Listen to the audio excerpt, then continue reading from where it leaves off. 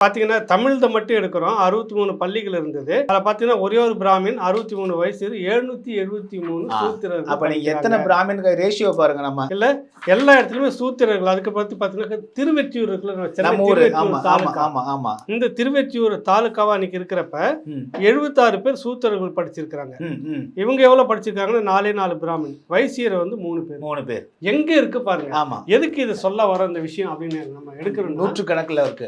சூத்திரர்கள் பெரியார் வந்த பிற்பாடு தான் படிச்சாங்க, ஆ. கல்வியை கொடுத்தாங்க. அதுக்கு முன்னாடி கல்வியில பின்தங்கி இருந்தாங்க. அப்பட்டமான பொய்ங்க அது. ம். அப்பட்டமான பொய். பிரிட்டிஷ்காரன் பொய் பேச மாட்டான். வெள்ளைக்காரன் பொய் பேச மாட்டான். அது மாவட்ட ஆட்சியர்கள் வந்து அவ்வளவு துல்லியமா புள்ளிவிவரங்கள் எடுத்து இதை கொடுத்திருக்காங்க.